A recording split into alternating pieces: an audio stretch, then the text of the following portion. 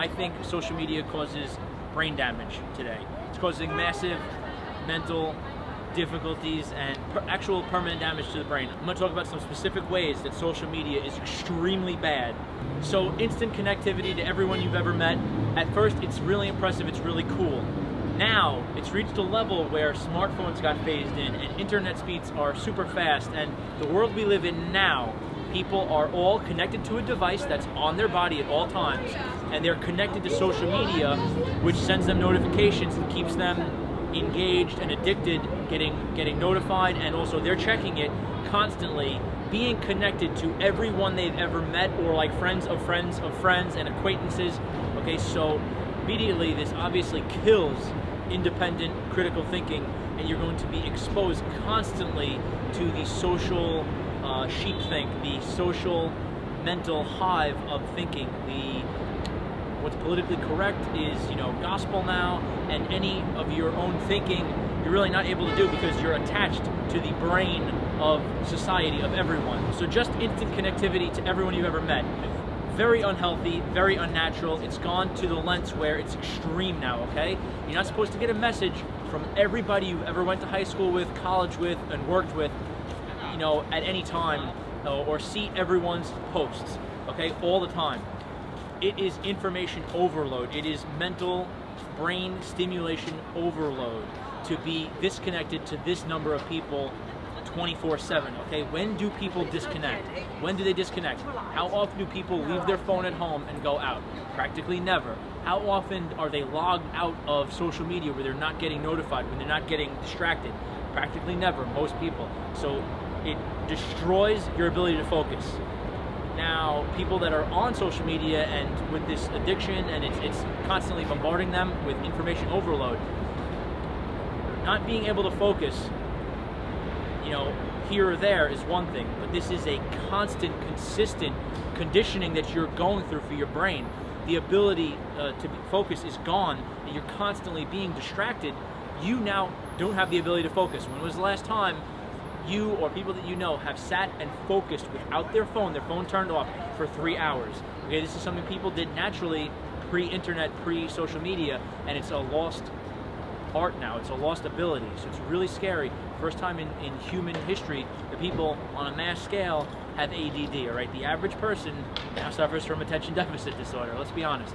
Now, another factor that's so dangerous about social media is everyone is posting their highlights. They're posting their best of. It's natural human behavior to want to be liked, to look cool, to look high status, all right? Everyone is insta-flexing. Everyone is trying to look, be impressive, okay? So, by default, the default posts that people are putting on the internet are like an epic movie trailer, right? You're looking at people's greatest hits, their best of, their movie trailer, their epic movie trailer moments, okay? No one is posting their embarrassing moments, their non-impressive moments, their completely everyday life moments that they are living, okay? So when you look at social media on your feed of, everyone that you're connected to, you're seeing a highlight reel of everyone, okay? And your brain is comparing this to your real life, your behind the scenes. And everyone looks like a millionaire, playboy, world traveler, billionaire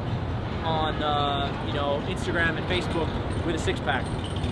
But when you compare that to your real life, you don't meet up, all right? So it is now causing massive issues with self-esteem, confidence. It's comparison, all right? Our minds naturally, the default is we compare ourselves to others. We're always trying to assess and see where we're at in the social hierarchy and see, how cool we are or how uncool we are. So social media gives people an unnaturally high level of anxiety trying to compete, unnatural issues with self-esteem, unnatural issues with self-esteem. Did I just say that right? And as this goes on, this is really dangerous, okay? It's peer pressure times 1,000. Now just living your life being a normal person feels like it's not enough. It feels empty. And now this is affecting everyone, men and women of all ages, but I think it's really bad for, younger adults and children. It's definitely, their brain is still developing, and if they're being exposed to these social media, digital screens, all day long, it's probably really causing a lot of brain damage for sure. I think adults it's causing brain damage. So I think children it's really, really bad. They should probably not be exposed to it until they're in college or whatever. Now, some of the actual biological, neurological chemicals involved here are dopamine. Okay, when we see something exciting, when something exciting happens, we feel a rush of dopamine. Okay, this is the problem with porn. All right, guys start jerking off to porn, and their dopamine levels get all out of whack because you could have unnaturally high spikes of dopamine and so many in a row that it's crazy. Well, on a small scale, this is what social media feeds are doing, okay? Every cool photo, every hot girl you're seeing, it's a dopamine spike and you're addicted to it. When you're not looking at your phone and you get the notification, that's like a dopamine hit of, oh, I got, what is it? What is it? It's an exciting thing. And back in the day when I was a kid, the only thing like that was the phone would ring, the house phone would ring, and you feel, oh my God, I gotta answer it. And now it's something attached to you 24/7 that is bombarding you with distraction nonstop, causing these unhealthy dopamine spikes. And what happens is the news feed is just a complete, constant bombardment of this. And I think that it breaks down to men and women a little bit differently. Everyone's affected in general with this, but I think men are really more, due to testosterone, visually inclined to stare at hot girls. So men scroll through their feed and they're, oh my God, looking at all the hot girls. It's really, giving them high dopamine spikes. Now I think women are wired more in a way where they want to be adored. They want to get validation from people appreciating their appearance. So women are more inclined to post sexy, beautiful photos of themselves and to see the ego validation that they get, all the likes that they get, all the comments and feedback that they get. So they're now like performing and trying to get validation from like the whole crowd, okay, from the mass of everyone they've ever met.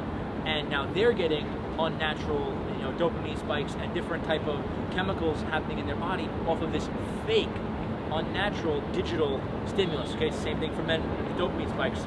Hot girl, hot girl, hot girl. So what this does for men, it's really training their brain to look at women really on just a physical, or not a physical, on a visual level, and it's decreasing how much we relate to women on a face-to-face in the real world level. And you could notice both people are becoming more socially awkward now. Most people, I see social skills declining in everyone because they're more addicted to social media. The more time someone spends on social media, the less time that they're socializing in real life.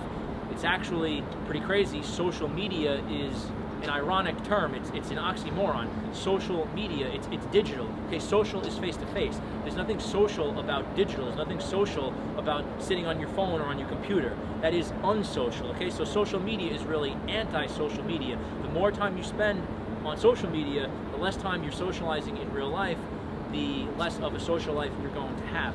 We are now reducing our time and our wiring for real-world socializing, and we're relying more heavily and getting more positive and emotional feedback, even negative, positive, negative, neutral, emotional feedback from digital stimulus, from social media, which is fake. It's not real socializing. It only feels like it is. Okay, so this is really causing a lot of problems. I think these trends are only going to get worse.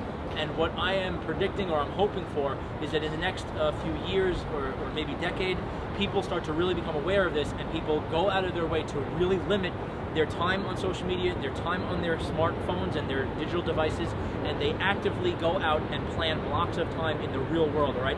Disconnecting, okay? I did a video in the past called Disconnect Challenge.